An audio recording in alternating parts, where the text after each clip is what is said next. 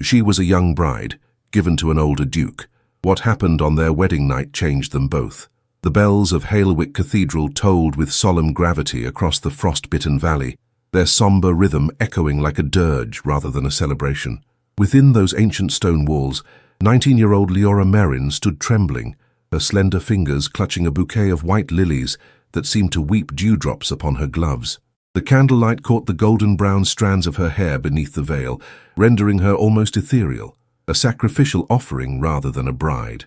"Remember your duty," her father had whispered, before escorting her down the aisle. Lord Merrin's once proud face now bore the hollow devastation of financial ruin, his desperate eyes imploring her compliance. "The Veramond name shall restore what we have lost." And so she walked, step by measured step, toward the man who would become her husband, Duke Thalen Veramond, whose reputation preceded him like a shadow at dusk.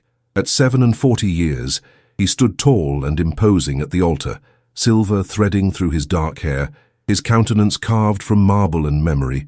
The whispers said he had loved once, fiercely, until flame and tragedy stole wife and child, leaving behind a man entombed in his own silence. "I present to you, your grace, my daughter." Lord Merrin's voice cracked, betraying the transaction disguised as tradition. The Duke inclined his head, storm-grey eyes sweeping over Leora with dispassionate assessment. "Miss Merrin," he acknowledged, his tone deep yet distant, as though speaking across a chasm of years rather than mere inches. The ceremony proceeded with mechanical precision. No music swelled, no tears of joy were shed. The witnesses, grim-faced solicitors and distant relations, observed with the detached interest of vultures circling fate. Leora's responses emerged as whispers, each "I will" and "I do" falling from her lips like stones into still water. When Thalen Veramond slid the gold band onto her finger, his touch was impersonal, gloved. She dared not look into his face, focusing instead on the intricate pattern of his waistcoat, the perfect folds of his cravat. The man was a fortress, his walls impenetrable. "The contract is sealed," intoned the vicar, closing his prayer book with finality. "What God has joined together." Outside, rain began to fall as they emerged, droplets sliding like tears down the leaded windows. The Duke's carriage awaited, black and gleaming, horses stamping impatiently against the cobblestones. He handed her in with proper courtesy, yet there remained no warmth in the gesture. "To Ironhall," he instructed the driver, settling opposite his new bride without meeting her gaze. The carriage lurched forward into gathering dusk, the rhythmic clatter of hooves marking each mile that drew Leora further from all she had known. Villages passed, then woodlands, then the wide expanse of the Veramond estate, thousands of acres of prosperity built upon generations of noble blood. "Your new home approaches, Duchess," the Duke remarked, after an eternity of silence. Leora peered through rain-streaked windows to glimpse Ironhall rising from the mist, grey stone towers crowned with gargoyles, windows glinting like wary eyes. The ancient seat of Veramond power loomed vast and forbidding against darkening skies. "It is magnificent, your grace," she managed, her voice small. Something shifted in his expression, perhaps surprise at her response, perhaps merely acknowledgement. "It has stood for 4 centuries. It will outlast us all." The carriage halted before grand oak doors, where servants waited in strict formation despite the deluge. Leora was ushered inside, water dripping from her hem onto marble floors, polished to mirror brightness. Footsteps echoed throughout the cavernous entrance hall, portraits of stern-faced ancestors observing her arrival with painted disapproval. "Mrs. Holloway will show you to your chambers," the Duke announced, removing neither coat nor gloves. "You will wish to rest before dinner." "Yes, your grace." She curtsied, propriety her only refuge. An elderly housekeeper appeared, keys jingling at her waist like prison wardens' chains. "This way, your grace." She beckoned to Leora, the new title sitting awkwardly upon her young shoulders. As she followed, ascending a grand staircase toward the unknown, Leora felt the weight of her new husband's gaze upon her back. She turned, finding him watching her ascent with an unreadable expression, perhaps contemplating the bargain he had struck, the youth he had purchased, the duty that awaited with nightfall. The household seemed to hold its breath, waiting. When Mrs. Holloway opened the door to the Duchess's chambers, Leora stepped across yet another threshold, her heart hammering against her ribs. The door closed behind her with the soft, inevitable click of a cage being locked. Night was falling rapidly, shadows lengthening across fine furnishings and silken hangings. From the window, she could see fog rolling across the grounds, swallowing gardens and statuary alike, obscuring all paths of return.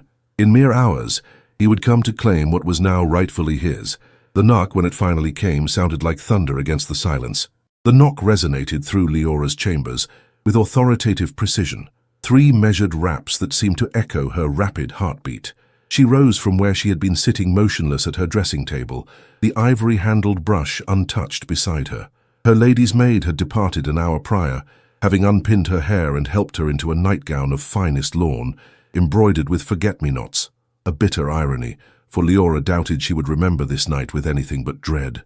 "Enter," she called, her voice barely audible even to her own ears. The heavy oak door swung inward, revealing Duke Thalen Veramund silhouetted against the corridor's wavering lamplight. He stepped inside with measured grace, closing the door behind him with a soft click that sealed their privacy. Unlike at their wedding, he was now divested of his formal attire, though still formidably dressed in a burgundy smoking jacket over an immaculate white shirt, his cravat loosened but not removed. His eyes, those storm-grey harbingers, swept the chamber before settling upon her. "I trust you find your accommodations satisfactory, Duchess." "Yes, Your Grace. They are most generous." Leora clasped her trembling hands before her, willing strength into fingers that threatened to betray her fear. "Ironhall has many rooms, yet few that welcome comfort," he remarked, moving toward the hearth where flames danced with feverish intensity against the chill of stone walls. This suite was renovated when last the house entertained hope. The oblique reference to his first marriage hung between them, unacknowledged yet impossible to ignore. Leora remained standing, uncertain whether to approach or retreat, feeling every inch the interloper in this chamber haunted by another woman's ghost. The Duke removed his gloves with deliberate slowness, one finger at a time, as though each movement carried ceremonial significance. His hands, when revealed, surprised her. Not the soft, pampered extremities of idle nobility, but strong, capable hands marked by faint scars that spoke of experiences beyond drawing rooms and council chambers. A sudden gust of wind rattled the windows, driving rain against the glass in percussive sheets. Leora startled at the sound, a small, involuntary shudder passing through her slender frame. "You're cold," the Duke observed, his tone neither accusatory nor concerned, merely factual. "A momentary chill, nothing more," she responded, though her arms remained wrapped protectively around herself. He crossed to an armoire and opened it, extracting a shawl of midnight blue, its borders adorned with delicate silver embroidery. Without warning or ceremony, he approached and draped it gently across her shoulders, his movements precise yet oddly tentative, as though handling a fragile artifact rather than a wife. "My late mother's," he explained, stepping back immediately once the task was complete. "She found these rooms draughty, particularly when east winds prevail."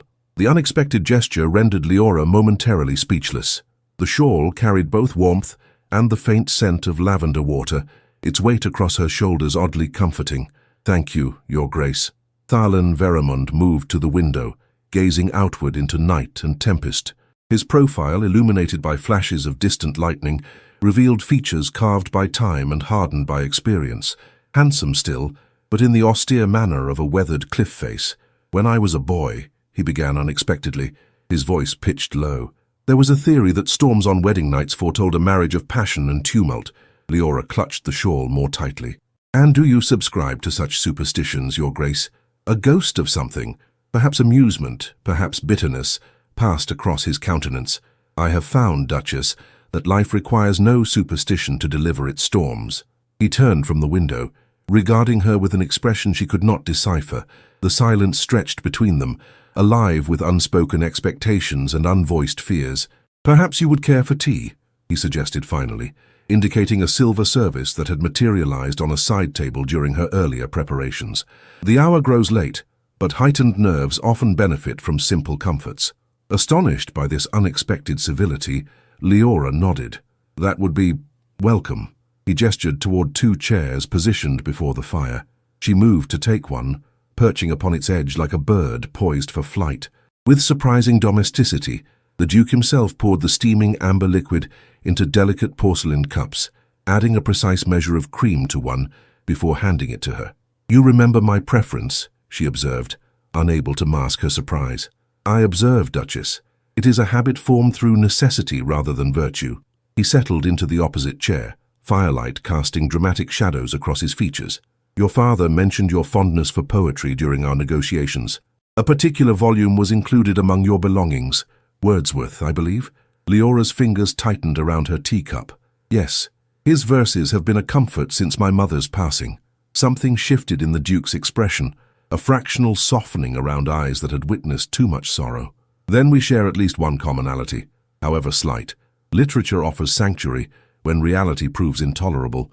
For the first time since their introduction months ago, Leora looked directly into her husband's face, searching for the cruelty or lust she had anticipated.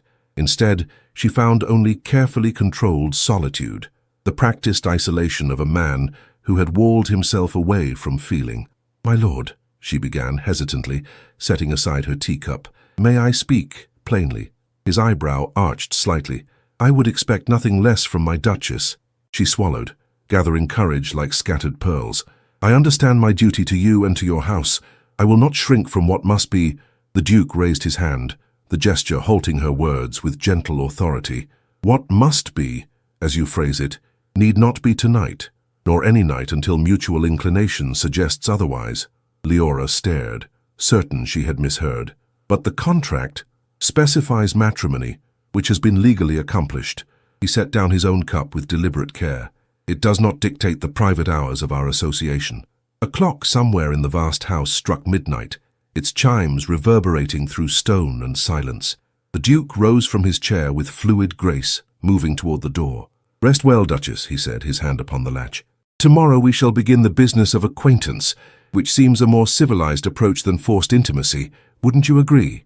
Before she could formulate a response, he added softly, "The shawl is yours now. May it provide whatever comfort this house has yet failed to offer." The door closed behind him with gentle finality, leaving Leora alone with the crackling fire and her tumultuous thoughts. She remained motionless, the blue shawl wrapped around her shoulders like a shield, its unexpected gift of choice warming her more thoroughly than its fibers ever could. Outside, the storm continued to rage, but within her chambers, something dangerous had taken root, the first fragile tendril of hope. On the bedside table, a single volume rested, her Wordsworth open to a page she had not selected, a line underscored with the faintest pencil mark, the best portion of a good man's life, his little, nameless, unremembered acts of kindness and love. Morning arrived with hesitant sunlight filtering through parted drapes, illuminating dust motes that danced in golden shafts across the Duchess's chambers. Leora woke slowly, momentarily disoriented by unfamiliar surroundings, until memory reasserted itself. The wedding, Ironhall, the Duke's unexpected withdrawal. The midnight blue shawl remained draped across her shoulders, its gentle weight a tangible reminder that the previous night's events had not been merely a peculiar dream. A discreet knock preceded the entrance of her lady's maid, a solemn-faced girl named Agnes, who curtsied with practiced precision. "Good morning, Your Grace. I've brought your breakfast tray." "Thank you, Agnes." Leora sat up, smoothing her tangled hair with one hand. "What is the hour?" 9:30, Your Grace. His Grace has been abroad since dawn, attending to estate matters." The maid busied herself opening curtains fully, allowing weak April sunlight to flood the chamber. "Mrs. Holloway asked me to inform you that His Grace requests the pleasure of your company for luncheon at 1 o'clock in the small dining room." Leora nodded, accepting the tray of toast preserves and fragrant tea. Such formality for a husband who might have claimed every intimacy yet had chosen distance. "Agnes, how long have you served at Ironhall?" The girl paused in her task of selecting a day dress from the wardrobe. 3 years, Your Grace." "Then you served the household before—" Leora hesitated, uncertain how to reference the tragedy that hung like an invisible pall over the great house. "Before the fire, yes, Your Grace." Agnes's voice dropped to near whisper, "though I was but a scullery maid then, not fit to serve the Duchess personally." "And the Duke? Was he always so—" Leora searched for an appropriate descriptor, finding none that encompassed the complex man she had glimpsed the previous night. "Reserved?" Agnes supplied, her eyes downcast. "No, Your Grace. Once there was laughter in these halls. Music, too. The old Duchess played the pianoforte most beautifully, and the young master would sing." Her face clouded with remembered sorrow. "After the fire, His Grace spoke only when necessary. The music room has remained locked these 5 years past." This small confidence painted a picture vastly different from the cold, calculating aristocrat Leora had been led to expect. She sipped her tea thoughtfully, wondering what manner of man lay beneath the Duke's carefully maintained facade. Once dressed in a modest gown of lilac muslin, Leora ventured from her chambers, determined to explore her new domain. Ironhall revealed itself as a labyrinth of corridors and chambers, each more imposing than the last. Ancestral portraits lined the gallery, generations of Verimon nobility regarding her with painted suspicion.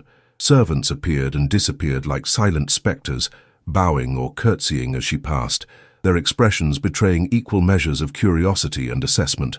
Eventually, her wanderings brought her to the Grand Library, a two-storied temple to knowledge, with leather-bound volumes lining walls that stretched toward an ornately plastered ceiling.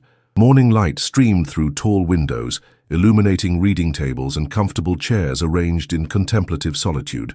"The finest private collection in 3 counties," came a voice from behind her. Leora turned to find an elderly gentleman regarding her with kindly eyes behind spectacles. He bowed with careful dignity. "Forgive the intrusion, Your Grace. I am Mr. Pembroke, the Duke's librarian these 30 years past." "No forgiveness necessary, Mr. Pembroke. I am merely exploring my new home." She smiled, grateful for interaction untainted by servile formality. "I must confess, I have never seen so many books assembled in one place." His Grace's grandfather was the true collector, though the current Duke has added significantly to our historical and scientific volumes. The librarian gestured toward a reading desk where several books lay open. "He spends many hours here, particularly during the darker months." Leora approached the desk, curious about what might engage her husband's intellectual interests. The open volumes revealed treatises on agricultural improvement, alongside architectural drawings for what appeared to be workers' cottages. "His Grace concerns himself with such matters personally?" she asked, surprised. Mr. Pembroke nodded. "Most assiduously, especially since—" He paused, then continued with careful neutrality. "The Duke believes proper housing and sustainable farming practices benefit both tenants and estate. Not all of his peers share such progressive views." Another piece of the puzzle that was Thalen Verimon slid into place, a nobleman concerned with those beneath his station, contradicting the rumors of cold indifference that had accompanied her introduction to him. "I see," she murmured, tracing her finger lightly across a detailed drawing. "Thank you for this insight, Mr. Pembroke." The librarian bowed again. "Should your Grace wish recommendations for reading, I remain at your service." Left alone among the books, Leora continued her exploration, eventually discovering a small alcove containing volumes of poetry. There, nestled among more prestigious works, she found a well-worn copy of the very Wordsworth collection she treasured. Opening it, she discovered marginal notes in a firm, masculine hand, thoughtful observations, and occasional questions that revealed a mind engaged in active dialogue with the poet's sentiments. She was still there, absorbed in these written glimpses into her husband's inner thoughts, when the library door opened. The Duke himself entered, still dressed in riding clothes, a ledger tucked beneath his arm. He halted upon seeing her, surprise momentarily displacing his customary reserve. "Duchess," he acknowledged, bowing slightly. "I trust you slept well?" "Yes, thank you, Your Grace." Leora closed the book, feeling strangely as though she had been caught trespassing in territories more intimate than physical chambers. His gaze fell to the volume in her hands, recognition dawning in his eyes. "Ah, you've found my old companion." He approached, though still maintaining a respectful distance. "Those marginalia were written in more impetuous days. I hope you'll forgive their presumption." "On the contrary," Leora replied, summoning courage, "I found them insightful, particularly your observations on Tintern Abbey, the notion that nature's truest gift is perspective rather than mere beauty." Something shifted in his expression, surprise, perhaps even pleasure, quickly masked by practiced composure. "You've read it closely." "Poetry has been my refuge and my education," she admitted. "My father considered it frivolous, but my mother encouraged the habit. It was the one indulgence he permitted after her passing." The Duke moved to a nearby window, gazing outward at gardens beginning to emerge from winter's grip. "My first wife shared your appreciation for verse. She would recite from memory while working at her embroidery." His voice carried no inflection, yet Leora sensed the controlled pain beneath its measured cadence. "I cannot imagine your loss," she said softly. "Nor would I presume to replace what fire took from you." He turned, regarding her with an intensity that made her heart quicken. "Why did you agree to this marriage, Duchess?" The truth, if you please, not what propriety dictates. The direct question caught her unprepared. Leora took a steadying breath. My father's circumstances left little choice. The alternative was my cousin's household, a man known for cruelty, disguised as discipline. Her fingers tightened around the book. Between uncertain kindness and certain malice, the decision was not difficult. Uncertain kindness, he repeated, the phrase seeming to surprise him. An apt description of what I can offer, I suppose. A clock chimed the quarter hour, breaking the moment's fragile intimacy. The Duke straightened, resuming his more formal demeanor. Luncheon awaits in the small dining room. Might I escort you, Duchess? She replaced the poetry volume and accepted his proffered arm, the first physical contact between them since their wedding ceremony. Through layers of clothing, she could feel the solid strength of him, neither yielding nor demanding, simply present. They walked in silence through corridors now bathed in midday light, the great house seeming less forbidding with each passing hour. At the dining room entrance, the Duke paused, his expression thoughtful. Tonight, if you are amenable, perhaps we might continue our literary discussion. The evening hours often stretch endlessly in the country. I would welcome that, Your Grace, Leora replied truthfully. Something almost resembling a smile touched the corner of his mouth, brief as lightning yet equally illuminating. Until then, Duchess. As a footman opened the door, revealing a table set for two beside windows overlooking spring's first blossoms, Leora realized that the cold transaction of their marriage was evolving into something undefined yet potentially profound. A partnership built not upon physical claim but mutual recognition. Outside, a gardener was carefully uncovering rose bushes, long protected against winter's assault. Within, two strangers bound by law and circumstance took their places at a shared table, the space between them charged with unspoken possibility. From a distant corridor came the sound of a door being unlocked, the music room perhaps, opening after years of silence. Afternoon light slanted through Ironhall's windows as Leora followed Mrs. Holloway through the west wing, each footstep echoing against marble floors worn smooth by generations of Verimund nobility. 3 days had passed since her arrival, 3 days of cautious exploration and tentative exchanges with the Duke over meals and evening readings. His Grace wished you to see this chamber, though it has remained sealed these many years, the housekeeper explained, producing an ornate key from the ring at her waist. She hesitated before the carved double doors, her weathered face betraying unusual emotion. It was the late Duchess's sanctuary. The lock turned with reluctant protest, dust motes dancing in the disturbed air as the doors swung inward. Leora stepped across the threshold into a room frozen in time, the music room Agnes had mentioned, preserved like an insect in amber. A magnificent pianoforte dominated the space, its mahogany surface gleaming beneath a protective cloth now drawn back. Sheet music remained positioned as though awaiting a performer's return. Nearby stood a child's violin upon a miniature stand, a collection of simple exercises open before it. Her Grace taught the young master himself, Mrs. Holloway whispered, remaining near the doorway, as though reluctant to intrude upon hallowed ground. The Duke would sometimes accompany them on the cello. Those evenings, her voice trailed off, the memory evidently too painful to articulate. Leora moved slowly around the chamber, absorbing details that spoke of abruptly halted happiness, a shawl draped over a chair, a half-finished piece of needlework in a basket, a child's drawing pinned to a corkboard. The preserved domesticity struck her with unexpected force, illuminating the magnitude of what her husband had lost. "Why has he opened it now?" she asked softly. The housekeeper straightened, resuming her professional demeanor. "It is not my place to speculate upon His Grace's motivations. However," she paused, choosing her words with careful precision, "change has come to Ironhall with your arrival, Your Grace. Perhaps some ghosts may finally be permitted rest." Alone in the music room after the housekeeper's departure, Leora approached the pianoforte with reverence. Her own modest musical education had been among the few refinements her father considered essential for securing an advantageous match. Hesitantly, she pressed a single key, its note hanging in the air like a question mark, slightly out of tune after years of silence, yet retaining a resonant beauty. She favored Chopin, though Mozart made frequent appearances for the boy's lessons. Leora turned to find the Duke standing in the doorway, his tall figure silhouetted against the corridor light. Unlike his usual impeccable appearance, he seemed somewhat disheveled, as though summoned mid-task by the sound. "Forgive me," she said quickly, withdrawing her hand from the instrument. "I meant no disrespect. None is taken." He entered the room, his movements measured, yet lacking their customary fluid grace. "Instruments are made for playing, not reverence. 5 years of silence serves neither music nor memory." He approached the pianoforte, running his fingers lightly along its polished edge. This was commissioned for her 30th birthday. Italian craftsmanship, the tone uniquely suited to her touch. His voice remained controlled, yet Leora detected the undercurrent of pain beneath its calm surface. "You must have loved her very much," she observed quietly. The Duke's expression remained impassive, though something flickered in his eyes, a shadow of ancient grief carefully contained. Georgiana was the light of this household. Her laugh could dispel the gloomiest winter day. He paused, his gaze distant.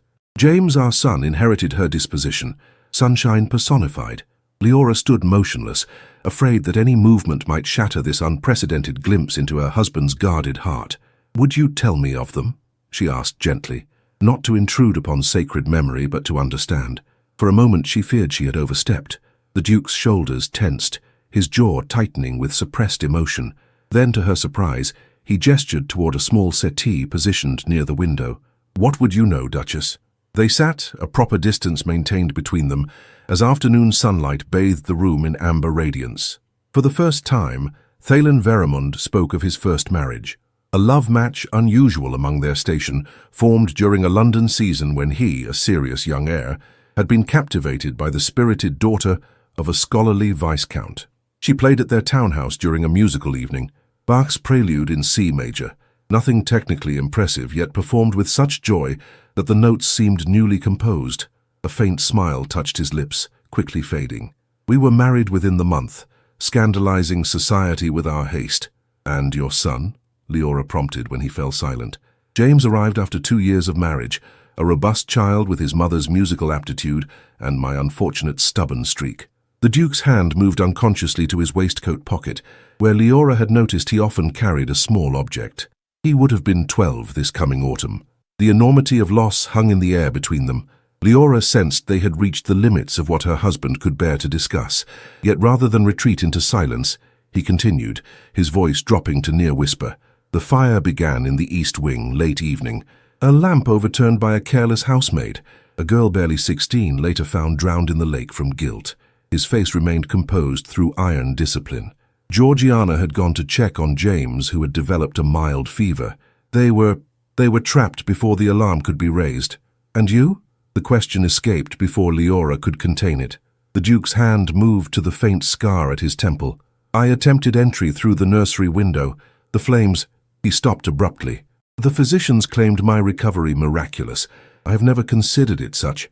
Impulsively, Leora reached across the distance between them, her fingers lightly touching his sleeve. To survive is not betrayal, though it may feel so. He glanced at her hand, then met her gaze with unexpected directness. "You speak as one familiar with survivor's guilt, Duchess. My mother's consumption claimed her slowly, while I remained healthy at her bedside." Leora withdrew her hand, folding it in her lap. "I have often wondered why Providence spared the daughter yet took the mother." A moment of recognition passed between them, the shared territory of inexplicable loss. The Duke rose, moving to the window where late afternoon sun illuminated his profile with golden light. When he spoke again, his tone had regained its customary restraint. "I have instructed the staff to prepare this room for your use, should you wish it. The instrument requires tuning, of course, but that can be arranged." The unexpected gesture left Leora momentarily speechless. "Your Grace, I could not possibly—" "Duchess," he interrupted gently. "Dead rooms serve neither the living nor departed. If music might once again fill these chambers, perhaps—" He did not complete the thought, yet its meaning hung between them, the possibility that healing might finally begin. A discreet knock preceded the butler's entrance, his dignified countenance carefully neutral. "Pardon the interruption, Your Grace, but Lady Dunsley has arrived unexpectedly and awaits in the blue drawing-room." The Duke's expression instantly hardened, his momentary openness vanishing behind the mask of aristocratic reserve. "Inform Lady Dunsley I shall attend her shortly." As the butler withdrew, Leora noticed her husband's palpable tension. "Lady Dunsley is a relation?" she inquired. "Georgiana's cousin," he replied tersely, "and a frequent visitor since my bereavement, ostensibly to maintain family connections, though her motives have grown increasingly transparent with time." Understanding dawned. This Lady Dunsley had perhaps harboured ambitions regarding the widowed Duke, ambitions now thwarted by Leora's presence. The realization brought unexpected discomfort, a strange territorial sentiment she had no right to claim. The Duke offered his arm with formal correctness. "Shall we greet our unexpected guest, Duchess? I believe it time the household acknowledged its new mistress." Leora accepted, her hand resting lightly upon his sleeve as they proceeded toward the confrontation awaiting them. In that moment, she understood that the afternoon's intimacy had forged something unforeseen between them, not romance, perhaps, but alliance. Whatever Lady Dunsley represented had unified them in unexpected solidarity. The blue drawing-room door loomed before them, beyond which waited the first test of their nascent partnership. The Duke paused, his voice pitched for her ears alone. "Remember, Duchess, this house is now yours to command, whatever prior claims others may believe they possess." He opened the door, and together they stepped across yet another threshold. Lady Dunsley rose as they entered, her taffeta gown rustling with deliberate prominence. She was a woman of perhaps 35, her beauty carefully preserved through artifice and determination, her dark hair arranged in elaborate curls beneath a fashionable bonnet. Her smile, directed exclusively toward the Duke, displayed perfect teeth and absolutely no warmth. "Thaylen, dearest cousin," she exclaimed, extending gloved hands while pointedly ignoring Leora. "How positively medieval of you to sequester yourself without announcement. Society has been abuzz with rumors." The Duke received her greeting with rigid courtesy, maintaining a careful distance that required her to lower her outstretched hands. "Caroline, your visit is unexpected. Spontaneity has always been my particular charm." Her laugh tinkled like glass shards, though perhaps I should have written ahead given your changed circumstances. Only then did her gaze slide toward Leora, assessing her with the calculating precision of a merchant valuing questionable goods. "So this is your bride. Allow me to present Her Grace the Duchess of Veramond," the Duke stated formally, his tone brooking no disrespect. "Duchess, Lady Caroline Dunsley, my late wife's cousin." Leora executed a perfect curtsy, years of deportment lessons serving her well in this moment of barely veiled hostility. "Lady Dunsley, how delightful to make your acquaintance." "Charmed, I'm sure." The older woman's smile remained fixed, her eyes cold. "What an unexpected elevation for the daughter of Lord Merrin. Why, I believe I last saw you at Lady Hartwell's musicale. You performed a rather simple Clementi piece, did you not? Such modest accomplishments." The Duke stiffened beside her, but Leora spoke before he could intervene. "Indeed, though I find Clementi's apparent simplicity masks considerable technical demands, much like social discourse, seemingly straightforward until one attempts its proper execution." She maintained a pleasant expression throughout, her pointed response delivered with perfect composure. A flicker of surprise crossed Lady Dunsley's features before she recovered her disdainful poise. She turned back to the Duke. "Thaylen, I've brought those pamphlets regarding the memorial garden we discussed for Georgiana and James. Perhaps we might review them privately. Anything concerning Erenhall or the Veramond legacy may certainly be discussed before the Duchess," he replied with finality, guiding Leora to a seat beside him on the settee, leaving Lady Dunsley to occupy a chair opposite them. The arrangement, physical and symbolic, was not lost on their visitor, whose complexion acquired an unbecoming flush. "How companionable you've become, Thaylen. Quite a transformation from the solitary grief you've cultivated these 5 years." "Marriage often brings unexpected changes, Lady Dunsley," Leora observed mildly, "though I understand such transformations might be disconcerting for those accustomed to previous arrangements." The tension in the room crystallized, sharp enough to draw blood. Lady Dunsley's fingers tightened around her reticule until her knuckles whitened. "How fortunate that your new Duchess possesses such spirit, Thaylen, though perhaps unexpected in one whose family circumstances necessitated such a pragmatic match." The Duke's expression darkened dangerously. "You forget yourself, Caroline." "Do I?" She leaned forward, lowering her voice to intimate levels. "Or do I merely remember what others seem determined to forget? Georgiana's memory deserves better than hasty replacement with a merchant's daughter, however prettily packaged." Leora felt the Duke's body tense beside her, coiled like a spring. Impulsively, she placed her hand atop his, a gentle pressure intended to calm. To her surprise, he did not withdraw from the contact. "Lady Dunsley," Leora began, her voice steady despite the painful barb, "no one could replace your cousin or her beloved son. Their memory remains honored at Ironhall as it should. She met the woman's hostile gaze directly. But surely even grief must eventually yield to life's continuation, lest we build nothing but monuments to what cannot be recovered. A charged silence followed her words. Lady Dunsley's eyes narrowed, calculating her next attack, when the Duke suddenly spoke, his tone holding unexpected gentleness. "The memorial garden will proceed as planned, Caroline. We shall break ground when autumn comes." He reached into his waistcoat pocket, removing a small object Leora had sometimes seen him touch, a tarnished silver pocket watch. This was to be James's on his 12th birthday. "It shall be buried beneath the cornerstone, along with Georgiana's favourite volume of sonnets." The raw emotion in his voice silenced even Lady Dunsley's venom. She stared at the timepiece, her composure momentarily fracturing to reveal genuine grief beneath her jealous machinations. She would have approved, she admitted reluctantly. Georgiana always preferred living gardens to Coldstone. The conversation shifted to practical details regarding the memorial, hostility gradually yielding to civil, if strained, discussion. Throughout, the Duke's hand remained beneath Leora's, their fingers eventually intertwining in unconscious solidarity. When tea was served, he poured for his wife first, a subtle domestic gesture that spoke volumes about shifting alliances. As afternoon shadows lengthened, Lady Dunsley finally rose to depart, her initial offensive blunted if not entirely abandoned. At the drawing-room door she paused, regarding Leora with reluctant reassessment. "You play the pianoforte, I believe. Perhaps on my next visit you might demonstrate whether your capabilities have improved." "I should be delighted," Leora responded with unruffled dignity. "Though I understand the Verimund instrument stands unrivaled in 3 counties. Even modest talents might be elevated by its superior tone." Lady Dunsley's lips compressed into a thin line, recognizing the implication that Leora knew of the music room's reopening, a privilege never extended during Caroline's many visits. With a final brittle smile and extravagant farewell to the Duke, she swept from the chamber, trailing expensive perfume and thwarted aspirations. Once her carriage had departed down the long gravel drive, the Duke turned to Leora, his expression inscrutable. "You acquitted yourself admirably, Duchess." "One needn't be born to nobility to recognize a challenge to one's territory," Leora replied, attempting lightness despite her racing pulse.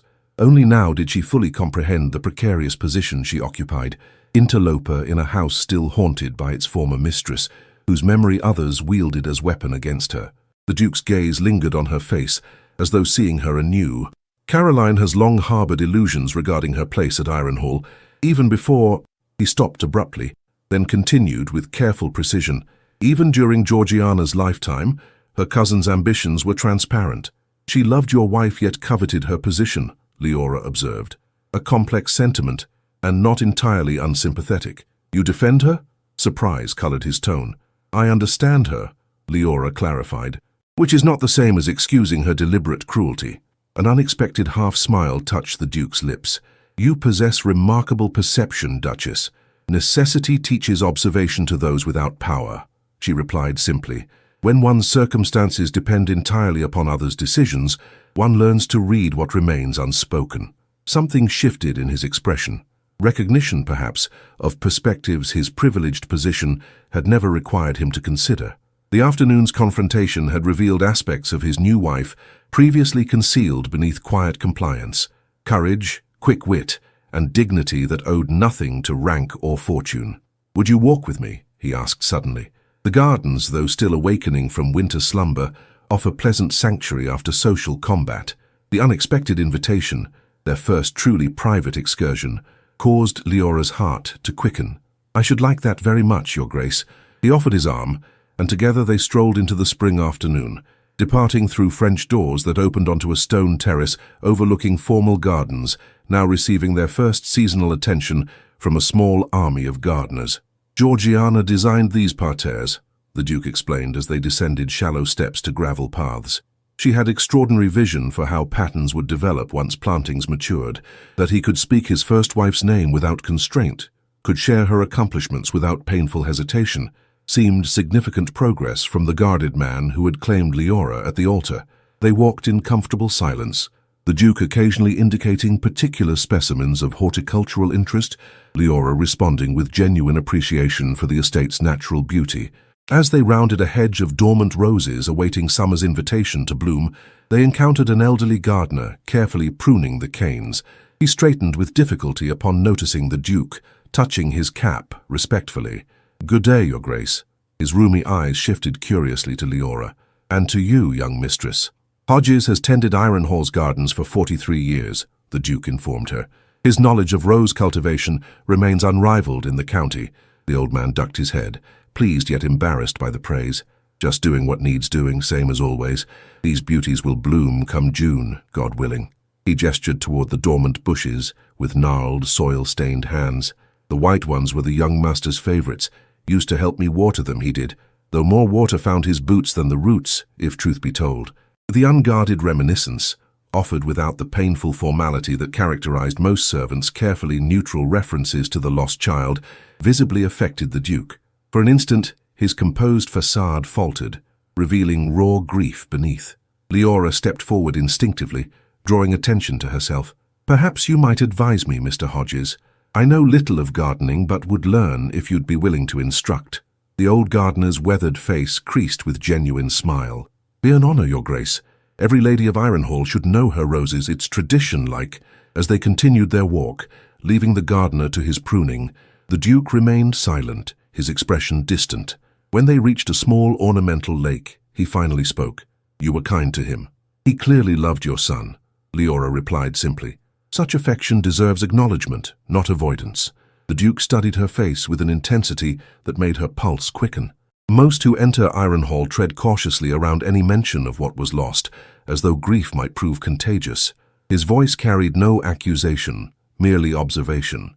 "You move differently among these shadows. Perhaps because I bring no expectations of replacing what came before," she offered quietly. "I seek only to find my own place here, whatever that might become." As they stood beside the still water reflecting budding trees and clear sky, something indefinable shifted between them. Not passion, not yet even friendship, but a recognition of potential companionship where before had existed only contractual obligation. The Duke withdrew a letter from his pocket, its seal already broken. "This arrived this morning from your father. I had intended to deliver it privately, but perhaps now is appropriate." Leora accepted the missive with sudden apprehension. Lord Merryn's correspondence rarely brought pleasant tidings. Her fingers trembled slightly as she unfolded the single sheet, scanning its contents with growing distress. "He wishes to visit," she said finally, looking up to find the Duke watching her reaction closely. "Next week with my cousin Bartholomew? That appears to displease you," he observed. "May I inquire why?" Leora carefully refolded the letter, buying moments to compose her response. "My father's interest in my welfare has historically coincided with his interest in financial advantage. As for cousin Bartholomew," she hesitated, reluctant to speak ill of family. "The alternative you mentioned," the Duke prompted, recalling their previous conversation. "The man known for cruelty disguised as discipline," she nodded once sharply. "He believed himself the logical recipient of my hand. My father's arrangement with you disappointed his expectations." Understanding darkened the Duke's countenance, and now they arrived together at Ironhall uninvited.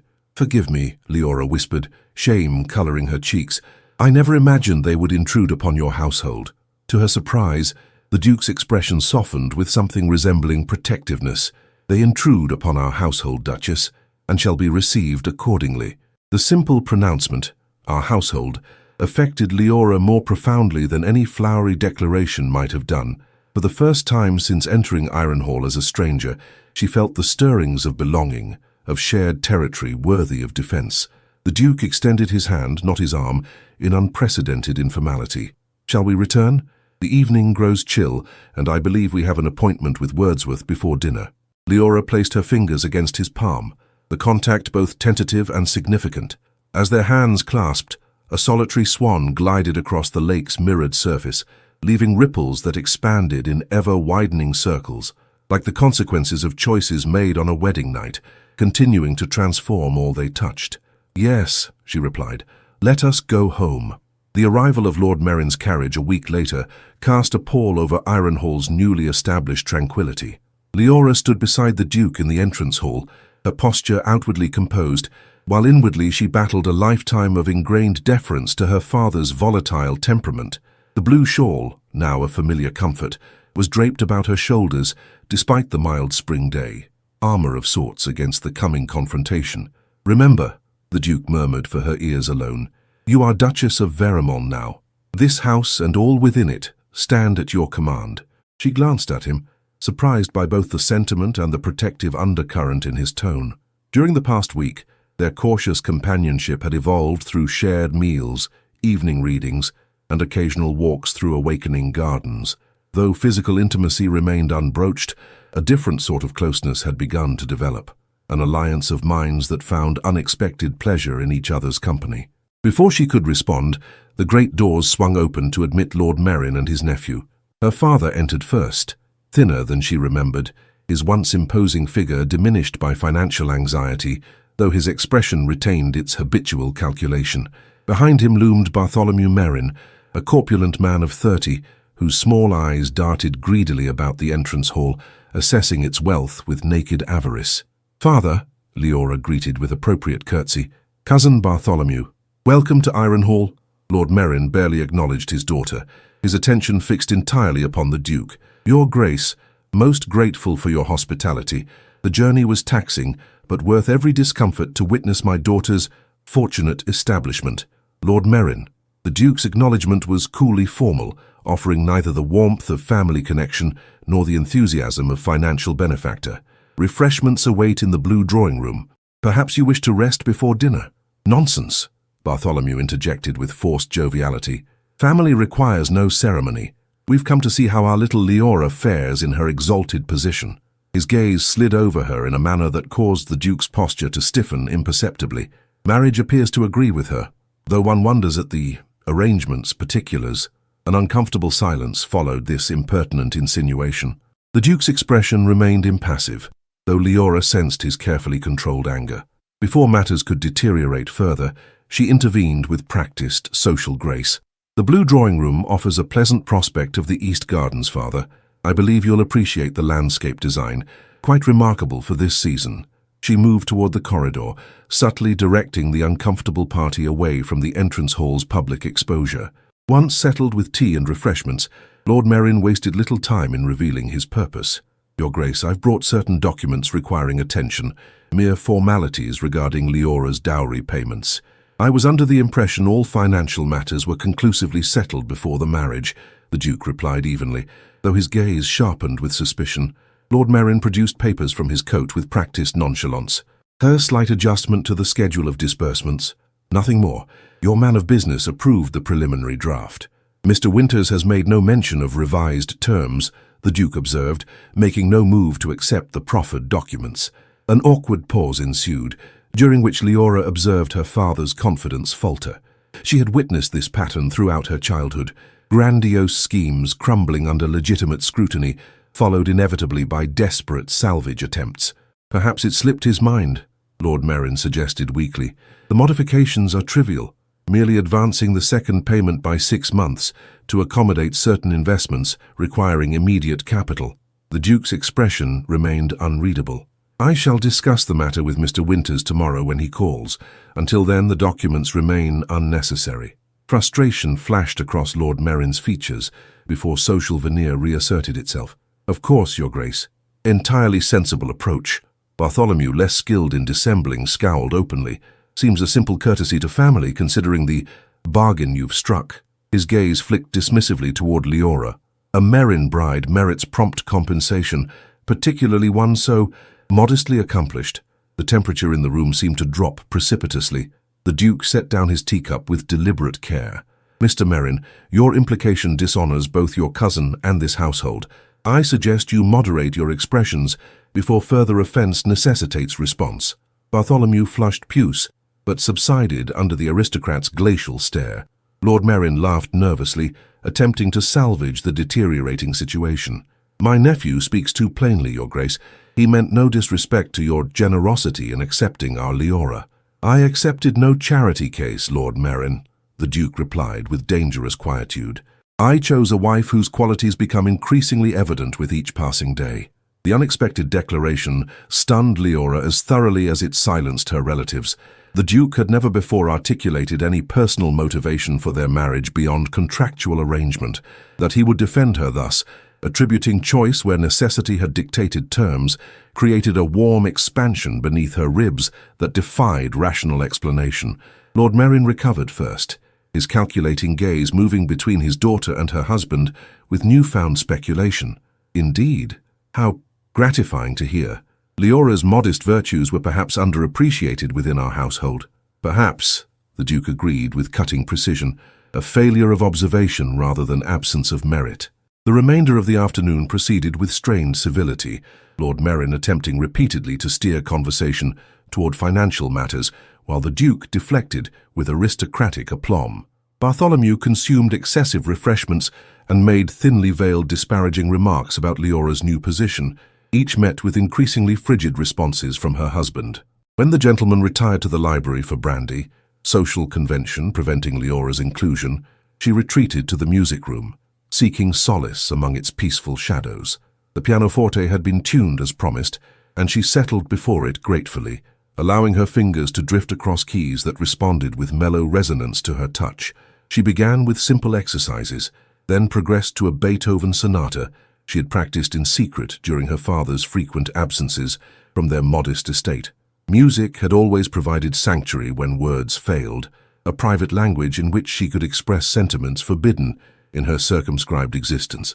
So absorbed was she in the composition that she failed to notice the door opening or the figure that paused upon the threshold, arrested by unexpected harmony where silence had reigned for years. "Clementi indeed," came the Duke's voice, startling her into stillness. "Lady Dunsley's assessment appears increasingly inaccurate." Leora turned on the bench, embarrassment heating her cheeks. "Forgive me, I didn't hear you enter, nor should apology accompany such artistry." He remained by the doorway, posture slightly less formal than his usual rigid stance. "Beethoven suits this instrument particularly well. Georgiana preferred Chopin, but always acknowledged the German's superior architectural complexity." The casual comparison, offered without painful hesitation or morbid reverence, represented significant evolution in their relationship. Leora smiled tentatively. "Have our guests retired?" A shadow crossed his features. "Your father has taken temporary refuge in correspondence. Your cousin, having consumed the better part of a decanter, sleeps undignifiedly in the library." He stepped further into the room, approaching the pianoforte with measured tread. "I find myself requiring musical remedy for their society. I can withdraw if you wish solitude," she offered, preparing to rise. "Stay." The single word held unexpected urgency, then moderated as he continued. "That is, I would welcome your continuation, if not inconvenient."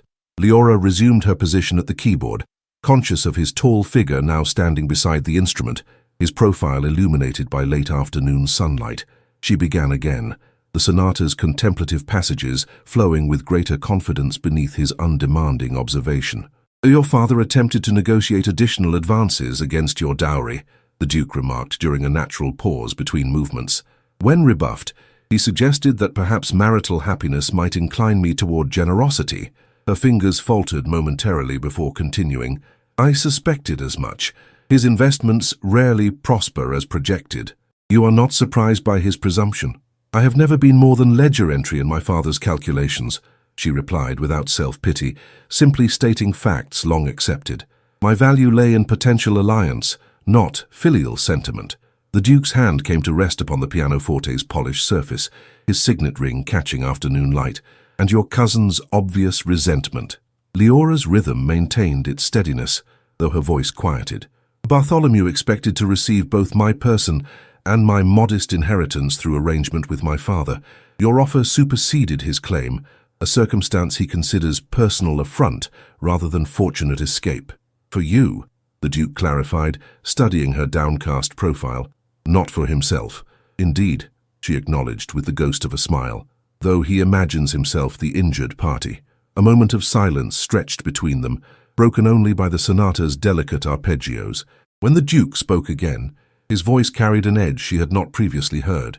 "They shall remain exactly 3 days, as dictated by minimal courtesy. During that time you need never be alone with either gentleman." His hand moved fractionally closer to where hers continued its dance across ivory keys. "This house is your sanctuary now, Duchess.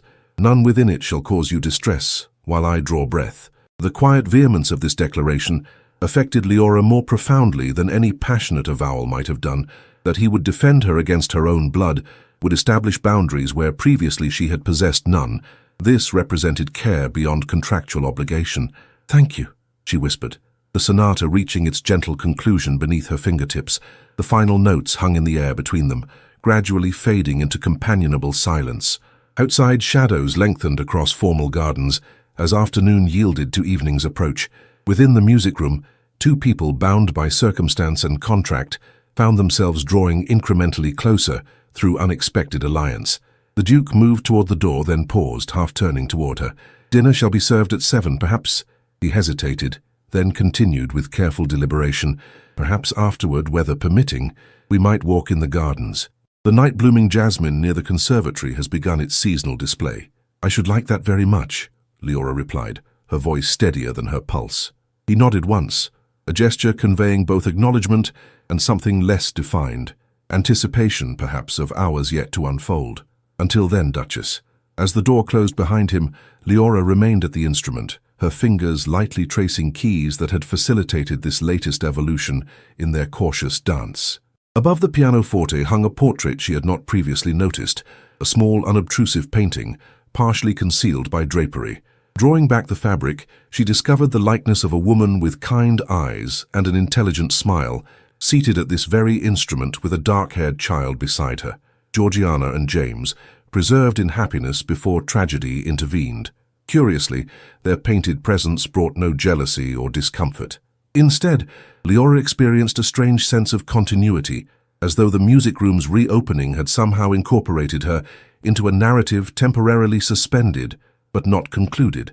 "I shall care for him," she whispered to the portrait, an unplanned vow formed in unexpected empathy. Not as replacement, but as continuation.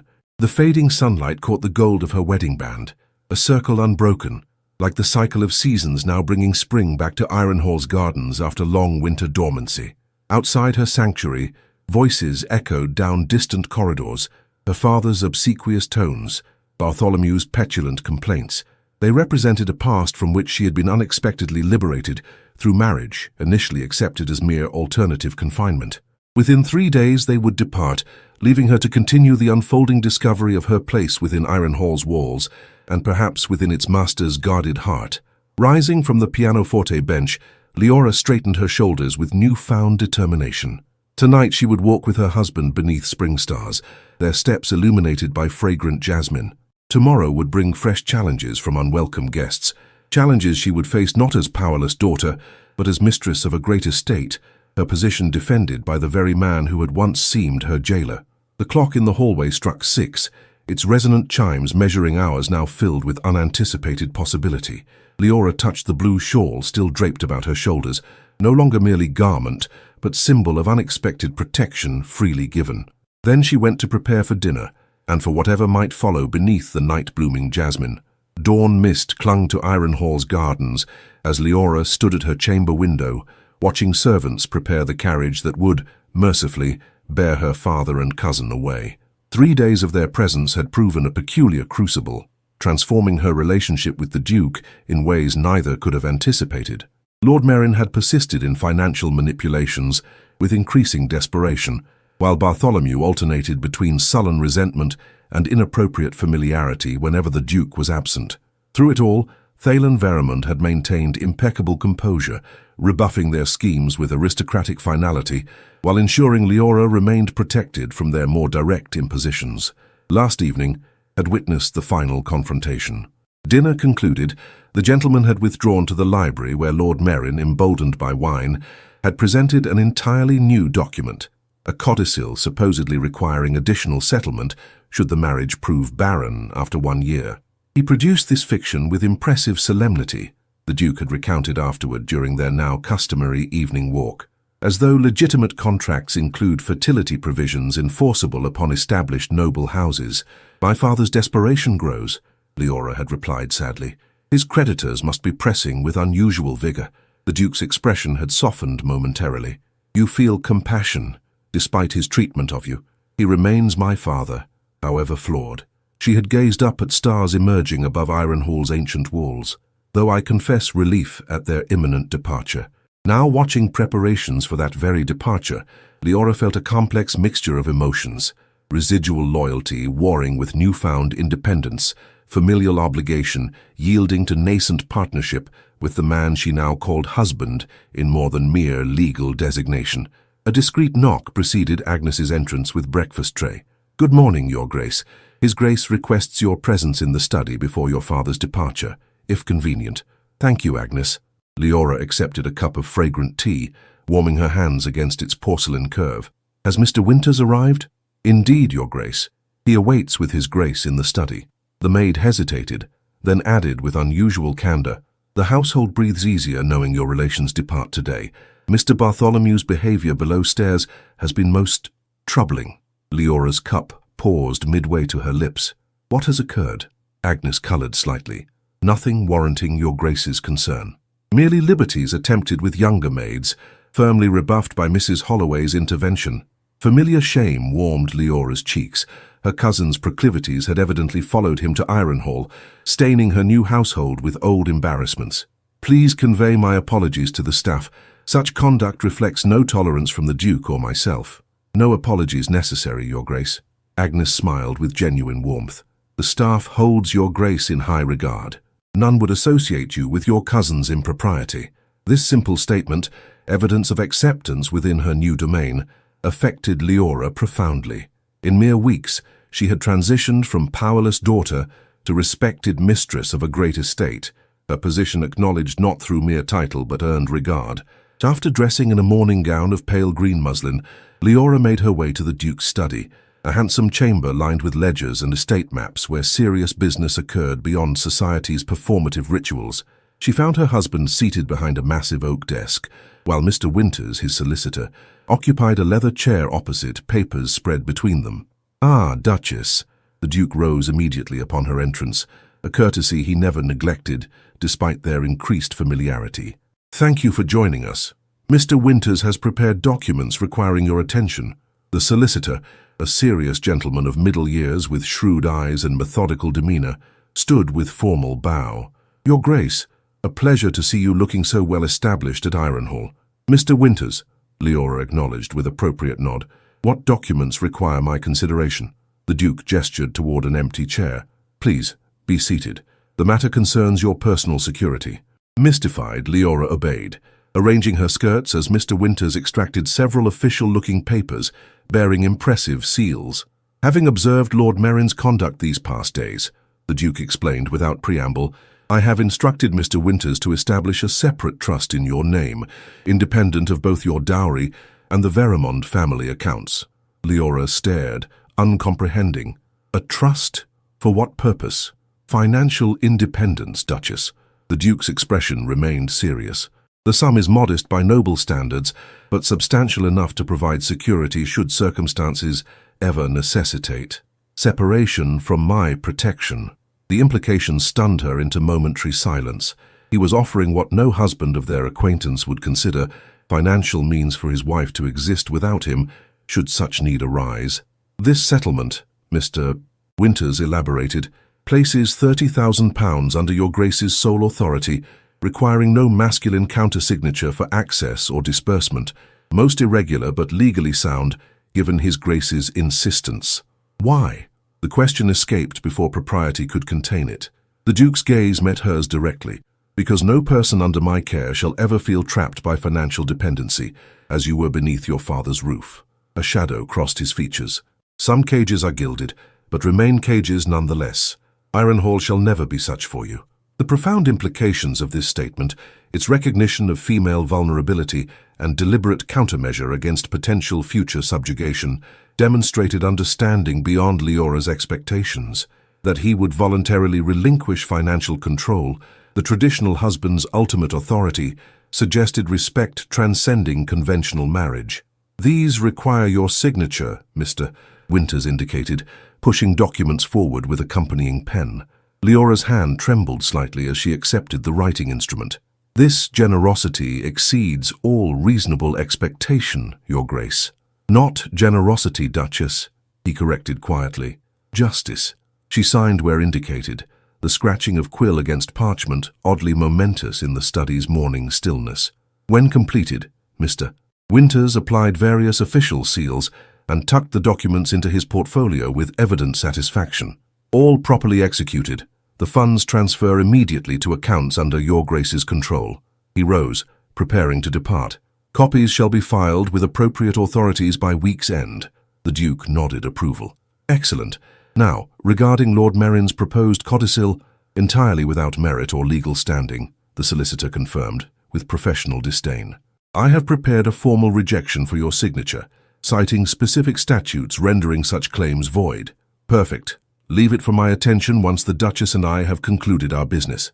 When Mr. Winters had departed with discreet bow, Leora turned toward her husband, emotion constricting her throat.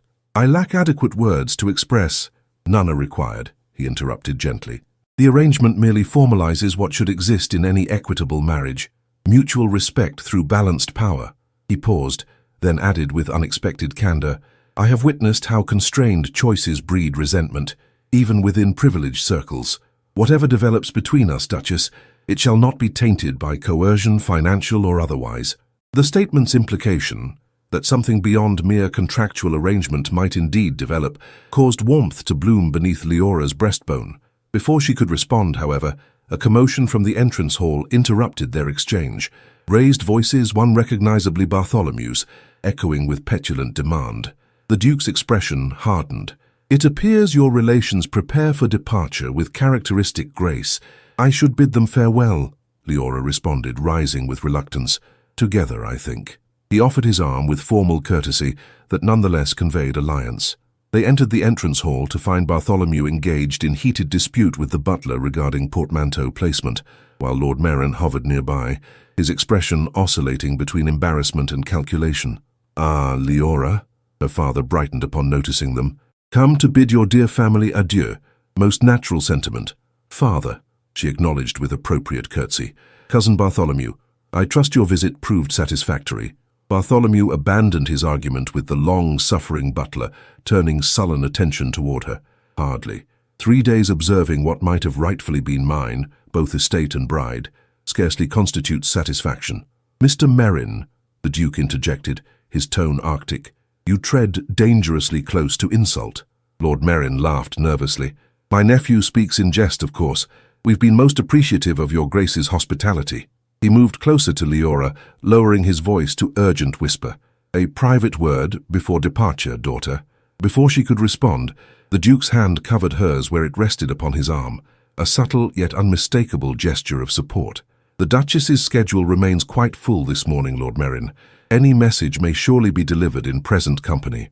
Frustration flashed across her father's features, quickly suppressed beneath social veneer. Merely paternal sentiments, Your Grace, a father's concern for his only child's welfare. A concern notably absent until financial advantage beckoned, the Duke observed with devastating precision. Silence descended, broken only by Bartholomew's indignant spluttering.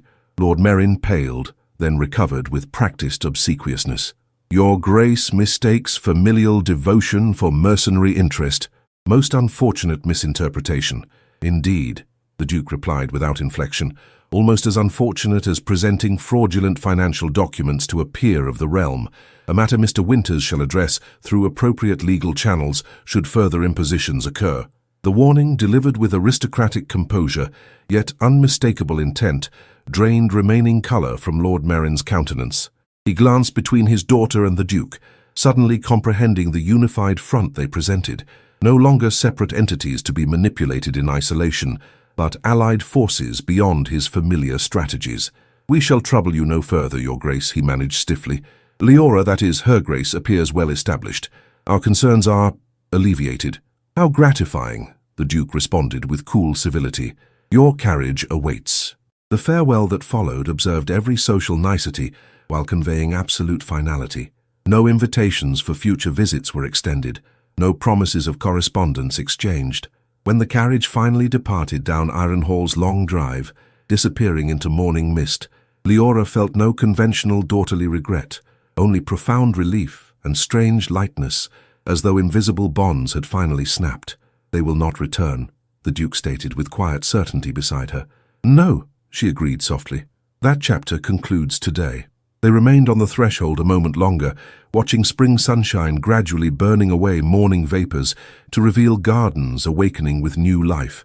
Behind them, Ironhall's great doors stood open, no longer representing confinement, but protection freely offered and consciously accepted. "Mr. Hodges mentioned the first rosebuds appear on the south terrace," the Duke remarked, his tone lightening. "Perhaps you might inspect them before luncheon. I understand he awaits your opinion regarding certain pruning techniques." The invitation, casual yet attentive to her expressed interests, demonstrated how thoroughly he had begun observing her preferences, incorporating them into shared routine. "I should enjoy that very much," she replied with genuine warmth. As they turned back toward the entrance hall, Leora realized that what had begun as transaction, young bride given to older duke through financial arrangement, had somehow transformed into nascent partnership founded upon unexpected mutual respect. The wedding night that had changed them both continued its quiet revolution through everyday choices and accumulated understanding. Not passion, not yet, but something perhaps more enduring, recognition of separate personhood within shared endeavor. Spring sunshine streamed through Ironhall's tall windows, illuminating ancient stone and new possibilities with equal radiance. Summer arrived at Ironhall with lavish generosity, transforming formal gardens into riotous color and filling long evenings with golden light that lingered until nearly 10 o'clock. 3 months had passed since Leora's arrival as reluctant bride, her position evolving from uncertain interloper to comfortable inhabitant through gradual, nearly imperceptible shifts in daily routine. The Duke, once distant figure of aristocratic reserve, had likewise undergone subtle transformation, his rigid formality softening into something less guarded, more accessible. They had established comfortable rhythms, breakfast taken together in the morning room overlooking the East Gardens, separate pursuits during daylight hours, shared walks before dinner, evenings spent in the library or music room, reading aloud or playing duets as their musical partnership developed. Physical intimacy remained unconsummated by mutual unspoken agreement, though increasing comfort with casual contact, his hand beneath her elbow, her fingers briefly touching his sleeve, suggested evolving possibilities rather than permanent restraint. They occupied separate chambers still, the Duke making no demands beyond companionship freely given. On this particular morning, Leora sat at her dressing table, while Agnes arranged her hair in loose curls rather than formal coiffure, more suitable for the informal day ahead. The household buzzed with unusual activity, for today marked Ironhall's traditional midsummer festival, an ancient custom where estate workers and tenants gathered for celebration in the great meadow beyond the formal gardens. "The staff says it's the first such gathering since—" Agnes hesitated, still careful when referencing the tragedy that had marked Ironhall's recent history. "Since the fire," Leora completed gently. "Has the tradition been long established?" "Oh yes, Your Grace. Centuries old, they say." The maid secured a final curl with practiced efficiency. His late Grace, the Duke's father, maintained it faithfully, and his Grace continued until 5 years passed. The decision to revive this tradition had emerged gradually over recent weeks, not from Leora's suggestion, but through the Duke's own initiative, accompanied by careful observation of her response. That he would voluntarily reopen this channel to community interaction, would choose celebration over continued isolation, represented significant evolution from the withdrawn widower who had greeted her upon arrival. A knock at the adjoining door preceded the Duke's entrance, a recently established morning custom requiring neither formal announcement nor third-party chaperonage. He appeared already dressed for the day's activities in country attire, more relaxed than his usual formal wear, though still impeccably tailored to his tall frame. "Good morning, Duchess." His greeting carried warmth absent during their early encounters. "I trust you slept well?" "Exceedingly, thank you." Leora smiled at his reflection in the mirror as Agnes discreetly withdrew. "The household seems quite animated this morning." "Indeed. Mrs. Holloway reports the kitchens have been operational since 4 o'clock. He moved to the window, gazing outward at preparations visible in the distance. "The tenants appreciate these traditions, though I confess finding them somewhat hollow in recent years." The admission, casual reference to his grief-induced withdrawal, demonstrated growing comfort in acknowledging his past without painful constraint. Leora joined him at the window, close enough that their shoulders nearly touched. "And now?" she inquired gently. He considered her question with characteristic thoughtfulness. "Now they seem appropriate again, a necessary reconnection between house and community. His gaze shifted from the distant meadow to her face. Your presence has facilitated much restoration, Duchess, more than you perhaps realize. The quiet acknowledgement of her influence, her role in Ironhall's gradual reawakening, warmed Leora more profoundly than any passionate declaration might have done. Before she could respond, however, the Duke continued with careful deliberation. I have something for you. He withdrew a small leather case from his pocket, offering it with uncharacteristic hesitancy. A tradition of sorts, though long neglected. Mystified, Leora accepted the case, opening it to reveal a delicate necklace of sapphires set in silver filigree, clearly an heirloom piece of considerable antiquity and value. She caught her breath, fingers hovering above the jewels without touching them. The Veramund midsummer gift, the Duke explained, his voice acquiring unusual softness, traditionally presented by each Duke to his Duchess on the first summer festival of their marriage. It's exquisite, she whispered, genuinely moved by both the gift's beauty and its significance as formal acknowledgement of her position, but surely too valuable for informal country celebration. A ghost of smile touched his lips. The tradition specifies wearing it beneath ordinary garments, visible only to the wearer and giver, a private symbol amid public festivity. His expression grew momentarily distant. My mother explained its symbolism when I was quite young, something about hidden value recognized by those who truly see. That he would resurrect this intimate family tradition, would share both heirloom and childhood memory, represented trust beyond their initial contractual arrangement. Leora lifted the necklace from its velvet bed with reverent care. Would you? She turned, presenting her back in implicit request for his assistance. The Duke hesitated briefly before accepting the delicate chain from her fingers. Leora gathered her hair aside, exposing her neck as he moved behind her. His proximity sent unexpected warmth cascading across her skin, his breath a gentle disturbance against her nape as he secured the clasp with careful precision. There, he murmured, his voice pitched lower than usual. Now you carry Veramund legacy against your heart. When Leora turned to face him, something shifted in his expression. Recognition, perhaps, of evolving sentiment neither had anticipated when signing marriage documents months earlier. The moment stretched between them, charged with unspoken possibility, until a distant bell broke the spell. The tenants assemble, he observed, stepping back with ingrained propriety. Shall we greet them together, Duchess? With pleasure, she replied, the sapphires cool against her skin beneath high-necked morning dress, invisible to all save herself and the man who had placed them there with unexpected tenderness. They descended to the entrance hall where servants had gathered in formal receiving line, an old custom apparently revived for the occasion. Mrs. Holloway stepped forward, presenting the Duke with an ornate wooden box inlaid with silver. The festival key, Your Grace, as tradition requires. He accepted it with grave courtesy, then turned to Leora with formal bow. Would you do us the honor, Duchess? Recognizing ceremonial significance despite unfamiliarity with the specific ritual, Leora accepted the box, opening it to discover an ancient iron key nestled upon velvet cushion. The assembled staff watched with expressions ranging from curiosity to approval, witnesses to Ironhall's gradual resurrection from half-decade dormancy.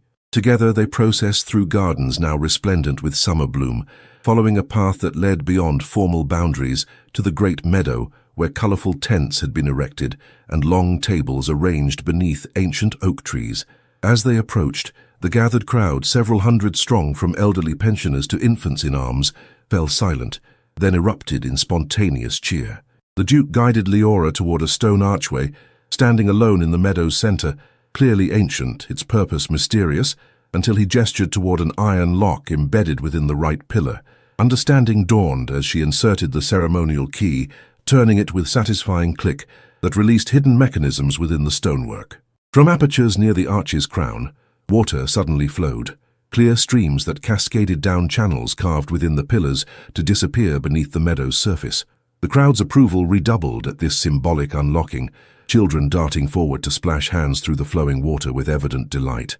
The Veramund Springs, the Duke explained, his voice carrying unusual animation. Legend claims they run from sacred source beneath Ironhall itself. Unlocking them officially begins summer festival, and traditionally ensures fertile harvest. The ceremony complete, formality gradually yielded to celebration. Local musicians struck up lively country tunes, children organized impromptu races across the meadow. and estate workers approached the Duke and Duchess with respectful yet genuine welcome, many introducing family members with evident pride. Leora found herself unexpectedly moved by their acceptance, their willingness to embrace her as legitimate mistress of Ironhall, despite her non-aristocratic origins. The Duke remained close at her side throughout, his customary reserve mellowing into something approaching relaxed engagement as he discussed crop rotations with farmers, building repairs with tenants, and educational opportunities with local schoolmaster. "But you know them all by name," Leora observed during momentary respite beneath oak tree shade, genuinely impressed by his detailed knowledge of individual circumstances. "They are Ironhall's true foundation," he replied simply. "Their welfare determines the estate's prosperity more surely than any London investment." This philosophy, aristocratic responsibility rather than mere privilege, revealed yet another dimension to the complex man she had married. Not cold, calculating noble but conscientious steward of ancient trust, extending beyond physical property to human lives dependent upon his decisions. The day progressed with rustic games, shared meals at long trestle tables, and traditional dances performed by village maidens crowned with summer flowers. As afternoon mellowed toward evening, bonfires were lit across the meadow, their smoke fragrant with herbs and greenwood. During brief separation, while the Duke consulted with his land agent regarding drainage concerns, Leora found herself approached by Mrs. Hodges, the elderly gardener's wife, a dignified woman whose position as unofficial village matriarch was evident in others' deference. "Begging your Grace's pardon," the older woman began with formal curtsy softened by genuine warmth, "but I wish to express the tenant's gratitude." "For the festival? I believe credit belongs entirely to His Grace," Leora replied with honest modesty. Mrs. Hodges smiled, weather-beaten face crinkling with evident wisdom. "For the Duke's return to himself, Your Grace. These 5 years we've watched him withdraw behind Ironhall's walls, a living ghost among memories." Her gnarled hand briefly touched Leora's sleeve with maternal familiarity. "Now, he walks among us again, sees beyond his grief to those who depend upon his care. That transformation arrives with you, Duchess, whatever modesty prevents acknowledgement."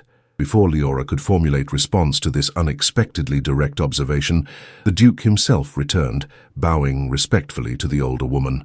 "Mrs. Hodges, I trust you're not overwhelming Her Grace with village gossip, merely expressing gratitude where due, Your Grace," she replied with serene dignity, curtsying once more before returning to her husband's side near the central bonfire.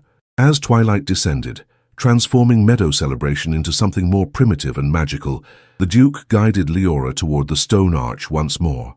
Water continued flowing from its crown, catching final sunlight in diamond brilliance. "Are you overwearied?" he inquired with genuine concern.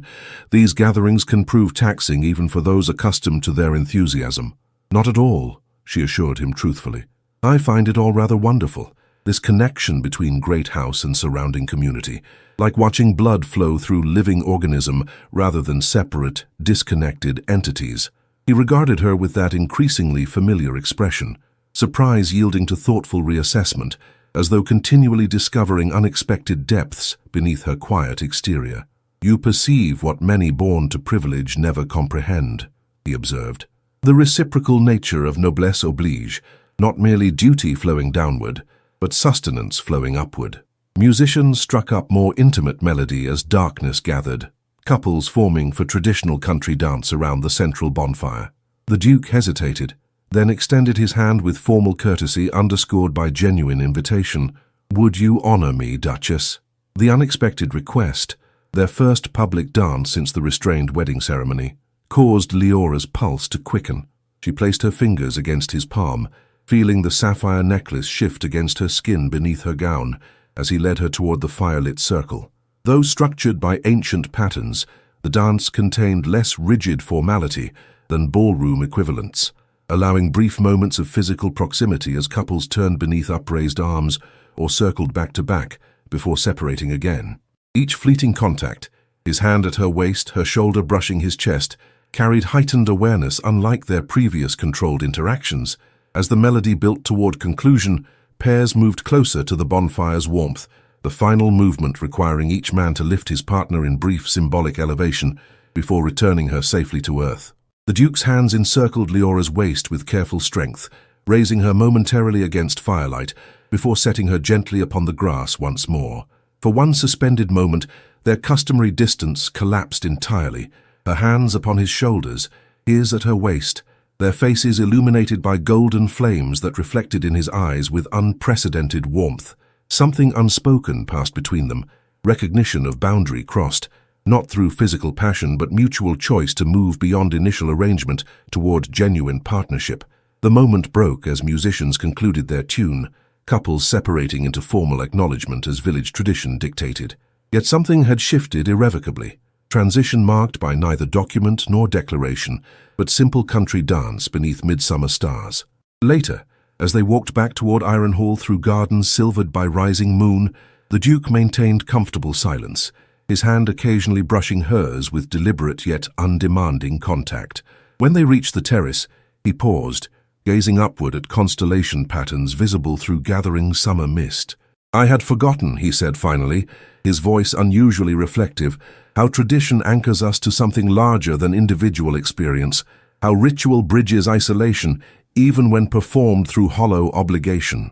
Leora considered his words, understanding their deeper implication. And now, was today's revival mere obligation? He turned toward her, moonlight illuminating features softened beyond aristocratic mask. "No, Duchess, today contained genuine joy, an emotion I had not expected to encounter again in this lifetime." The simple acknowledgement, admission of emotional resurrection previously deemed impossible, affected Leora profoundly. Without conscious thought, her hand rose to touch the hidden sapphires beneath her bodice, symbol of tradition renewed and future reclaimed from grief's dominion. "I am glad," she whispered, the inadequate words somehow sufficient between them. For a breathtaking moment, she thought he might bridge the final distance between them, might transform their evolving companionship into physical expression beneath moon-silvered sky. Instead, he offered his arm with formal courtesy, underlaid by newfound warmth. "Shall we retire? Tomorrow brings routine's return after today's festivities." As they crossed the threshold together, no longer Duke and purchased bride, but partners in gradual rediscovery, Leora sensed that another threshold awaited crossing, when right moment arrived through mutual readiness rather than external expectation. The wedding night that had changed them both continued its transformative work, not through passion's consummation, but patient reconstruction of hearts damaged by different circumstances, yet equally in need of healing. Above Ironhall, summer stars wheeled in ancient patterns marking time's passage and season's inevitable renewal. Autumn painted Ironhall's extensive grounds with russet and gold, transforming summer's verdant splendor into more mature magnificence. 5 months had passed since Leora's arrival as reluctant bride, her position evolving beyond all initial expectation, from transaction to treasured companion. October winds scattered fallen leaves across formal gardens, now being prepared for winter dormancy, while within the great house, fires blazed in grates long cold before her coming. Leora stood in the music room, sunlight slanting through tall windows to illuminate the pianoforte where she had just concluded practice. Her fingers lingered on ivory keys, the final notes of Chopin's Nocturne fading into afternoon stillness. The piece had been Georgiana's favorite, according to the Duke's casual mention weeks earlier, information offered without painful constraint, merely historical context for musical selection. Gradual healing had continued through summer's golden days, and now into autumn's mature splendor. The Duke, Thalen as she now called him in private moments, had undergone transformation as profound as Ironhall's seasonal metamorphosis. His rigid reserve had yielded to measured warmth, his isolated grief to cautious re-engagement with both household and community. Their relationship had likewise evolved through subtle daily accumulations, shared meals, evening readings, garden walks, musical duets and occasional brushes of hand against hand, each contact less hesitant than the last. Physical intimacy remained unconsummated, though increasing comfort with casual proximity suggested evolving possibilities rather than permanent restraint. They occupied separate chambers still, connected by a door now frequently left ajar rather than formally locked. A discreet knock interrupted Leora's reflections. Mrs. Holloway entered, her dignified countenance bearing unusual animation. "Begging your Grace's pardon, but the memorial garden nears completion. His Grace requested your presence when convenient." Leora rose immediately. The garden dedicated to Georgiana and James had progressed throughout summer months, gradually transforming from architectural drawings to physical reality beyond the East Wing. Though she had observed its creation from respectful distance, Thalen had increasingly included her in decisions regarding plantings and layout, acknowledging her developing horticultural knowledge gained through regular consultations with Mr. Hodges. Wrapping a woolen shawl, not the original blue one, now carefully preserved in her drawer but a similar garment in autumn russet, around her shoulders, Leora followed the housekeeper through corridors now familiar rather than forbidding. Servants they passed offered respectful acknowledgement without the wary assessment that had characterized her early days at Ironhall. She had become, through gradual integration, legitimate mistress of the great house, not through aristocratic birthright, but demonstrated care for both property and people dependent upon it. Outside, October sunlight cast long shadows across formal gardens now yielding to seasonal decline, though carefully tended by gardeners preparing bulbs and roots for spring renewal. Leora followed a gravelled path curving around the east wing toward the Memorial Garden's secluded location, a sheltered vale protected from prevailing winds while capturing maximum sunlight for delicate plantings. As she rounded the final curve, the garden revealed itself completely for the first time since construction began, a beautifully realized sanctuary combining formal structure with natural grace. Stone pathways wound between carefully planned beds, where late roses still bloomed alongside chrysanthemums and asters. At the garden's center stood a simple marble bench positioned before an ornamental pool fed by discreet fountain. The Duke awaited there, tall figure silhouetted against autumn foliage as he supervised workmen positioning the final cornerstone beneath a rowan tree already displaying brilliant red berries. Upon noticing her approach, he dismissed the laborers with courteous acknowledgement, then turned toward her with that increasingly familiar expression, pleasure untainted by guilt or reservation. "Duchess," he greeted, extending his hand in welcome. "I hoped you might witness the completion." Leora accepted his hand, their fingers intertwining with comfortable familiarity as they stood together surveying the tranquil space. "It's beautiful," she observed sincerely. "Peaceful without morbidity, commemorative without oppression. Precisely my intention," he agreed, guiding her toward the central bench where they sat side by side, shoulders nearly touching, a space for remembrance, yet oriented toward life's continuation rather than its conclusion. The distinction seemed profoundly significant, evidence of healing, neither erasing past attachment nor preventing future connection. They sat in comfortable silence as afternoon light gilded autumn foliage surrounding the secluded garden, distant sounds of estate activity, providing subtle reminder of life continuing beyond grief's sacred boundaries. "The pocket watch and book?" Leora inquired gently, referencing the personal items intended for cornerstone interment. "Placed beneath the marble this morning, with appropriate words spoken." His voice remained steady, grief present, but no longer overwhelming. The vicar attended, though ceremony remained private. She nodded understanding, respecting his choice to maintain certain observances within personal rather than shared experience. Their partnership had developed such boundaries, territories reserved for individual processing, alongside expanding regions of mutual engagement. "I've been thinking," the Duke began after contemplative pause, his gaze focused on Fountain's gentle movement, "about time's curious nature, how it simultaneously preserves and transforms, maintains memory, while facilitating change." "A philosophical turn for an autumn afternoon," Leora observed with gentle warmth. "Perhaps." His smile, once rare, now increasingly frequent, briefly illuminated his features, yet relevant to matters requiring discussion between us. Something in his tone, careful deliberation underlaid with uncharacteristic uncertainty, caused Leora's pulse to quicken. What matters would those be? He turned slightly toward her, autumn sunlight highlighting silver strands among darker hair at his temples. "Our marriage has evolved considerably from its contractual beginnings." "Indeed," she acknowledged softly, uncertain where this observation led, yet conscious of heightened significance. "When you arrived at Ironhall, I offered choice regarding physical aspects of our arrangement." His composure remained intact, though color touched his cheekbones above precise cravat. That suspension of expectation seemed appropriate, given circumstances of our union. Leora maintained equal composure, though her heart accelerated beneath wool and muslin. "Your consideration was unexpected and deeply appreciated. Yet now," he paused, selecting words with characteristic precision, Now circumstances have altered substantially. We have established companionship I neither anticipated nor believed possible after previous loss. The admission, direct acknowledgement of emotional evolution beyond mere arrangement, created warm expansion beneath Leora's ribs. Still she waited, allowing him necessary space to complete his carefully constructed thoughts. I find myself, he hesitated, uncharacteristically uncertain. I find myself contemplating possibilities beyond our current parameters. Understanding dawned, bringing neither embarrassment nor apprehension but warm anticipation. Possibilities involving the door between our chambers? Relief crossed his features at her direct yet gentle response. Yes, though not through obligation or expectation, but mutual inclination, if such exists on both sides. The qualification, his continued insistence upon her autonomous choice rather than wifely duty, demonstrated how thoroughly their relationship had transcended conventional marriage despite formal beginnings.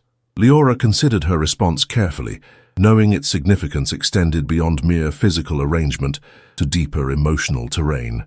I believe, she began softly, gaze steady upon his face, that inclination has developed gradually alongside deeper understanding. What began as transaction has become something else entirely, and that something else might include. He left the question deliberately incomplete, offering space for her uncoerced response. Complete union, she finished simply, a time of mutual choosing rather than social dictation. The tension in his shoulders visibly eased, relief at confirmation of shared sentiment rather than solitary evolution. His hand reached for hers, fingers intertwining with deliberate significance. Perhaps tonight, he suggested quietly, we might dine privately in my chambers rather than the formal dining room. Share conversation without servants' constant attendance. The invitation, discreetly phrased yet unmistakable in intent, represented the final threshold their gradual evolution had been approaching through months of patient discovery. Leora met his gaze directly, her response equally measured, yet unambiguous. I should like that very much. As afternoon light deepened toward evening, they remained on the Memorial Gardens bench, hands linked in silent acknowledgement of transition, imminent yet unhurried. Around them, autumn's mature beauty displayed nature's capacity for both commemoration and renewal, fallen leaves nourishing soil for future growth, present decline enabling spring's eventual resurrection. When they finally rose to return to the house, the Duke Thalen retained her hand within his, their steps aligned in unforced synchronicity along paths once traversed, as separate entities now united through conscious choice rather than mere arrangement. Within Ironhall's ancient walls, preparations for evening commenced. Fires stoked against autumn chill, lamps illuminated against gathering dusk, chambers readied for night's approach. Yet beyond conventional routine lay unprecedented territory, the wedding night postponed through mutual consent, now voluntarily embraced through developed trust. I have something for you, Thalen said as they reached the entrance hall, withdrawing a small volume from his pocket, a collection of Wordsworth's poetry she recognized as the same edition whose marginalia had first revealed glimpses of his inner thoughts. Your personal copy, she inquired, accepting it with careful hands. The very same. He indicated a ribbon marker placed between specific pages, with particular passage selected for your consideration. Later, in her chamber while preparing for evening's private dinner, Leora opened the volume to the marked page, discovering lines underscored with precise pencil stroke. True beauty dwells in deep retreats, whose veil is unremoved, till heart with heart in concord beats, and the lover is beloved. The sentiment, simple yet profound recognition of genuine connection, developing beyond surface arrangement, captured perfectly their gradual evolution from contractual partners to chosen companions. That he would express through borrowed verse what direct declaration might render overly sentimental, demonstrated continuing respect for her intelligence alongside growing emotional engagement. As twilight deepened into evening proper, Leora selected a gown of deep blue silk, neither formal dinner dress nor intimate negligee, but elegant compromise appropriate for significant transition. Agnes arranged her hair in simple style, secured with silver combs rather than elaborate pins requiring assistance for removal. The adjoining door between their chambers, physical symbol of separation maintained through mutual respect, stood partially ajar, lamplight from his rooms casting golden rectangle across her floor. Taking final breath for courage, Leora moved toward this threshold, neither hesitant nor hurried but deliberate in conscious choice. What awaited beyond mere physical union was partnership founded upon accumulated understanding, the gradual revelation of separate souls choosing connection beyond social convention or financial arrangement. What had begun as transaction, young bride given to older duke through necessity rather than inclination, had transformed through patient discovery into relationship valuing separate personhood within shared endeavor. The wedding night that had changed them both completed its quiet revolution, not through immediate passion but gradual restoration. Hearts damaged by different circumstances, finding unexpected healing through mutual respect, evolved into genuine affection. As Leora stepped across the final threshold, autumn wind scattered leaves across Ironhall's ancient stones, while within, two souls previously isolated found warmth against approaching winter, not through desperate grasping but conscious choice to move from solitary endurance into shared experience. The door closed softly behind her, not as barrier, but as boundary crossed through mutual desire rather than external expectation. Beyond it, future awaited, uncertain yet promising, composed of ordinary days illuminated by extraordinary understanding that true connection develops not through dramatic declaration, but patient discovery of another's essential worth. And so the story that began with reluctant bride and grieving duke concluded not with conventional romance, but something rarer. Partnership founded upon genuine recognition, transcending social position and circumstance, choice made freely after knowledge rather than before, and love growing not from passion's immediate flame, but steady warmth of accumulated respect. Outside, autumn stars wheeled in ancient patterns above Ironhall's venerable walls, marking another season's passage toward inevitable renewal. Within, two hearts found synchronicity through consciously chosen rhythm rather than externally imposed cadence, and that perhaps made all the difference. In a world that celebrates instant gratification and passionate beginnings, this tale reminds us that true love often grows not from dramatic first encounters, but through the patient cultivation of mutual respect. The Duke and Leora teach us that our most profound connections can emerge from unexpected circumstances when we allow others the freedom to reveal themselves at their own pace, and when we listen with our hearts as well as our ears. Their journey shows us that healing often requires gentle presence rather than forceful intervention. Just as Ironhall's gardens needed careful tending to bloom again after years of neglect, wounded hearts require patience and understanding to open themselves to new possibilities. Perhaps most importantly, this story reminds us that true nobility lies not in titles or possessions, but in how we honor another's autonomy. The Duke's greatest gift to Leora was not wealth or status, but the freedom to choose her own path, even if that path might lead away from him. In doing so, he created the very conditions that allowed genuine love to flourish between them. May we all find the wisdom to recognize that relationships built on patience, respect, and genuine choice create foundations strong enough to weather any storm that life may bring. If this tale of patient love and quiet transformation touched your heart, please subscribe to our channel for more stories that explore the deeper currents of human connection. Comment below to share how this journey of two souls finding each other through respect rather than passion resonated with you. What moments between the Duke and Leora moved you most? Your thoughts help us create more stories that speak to the heart's truest longings.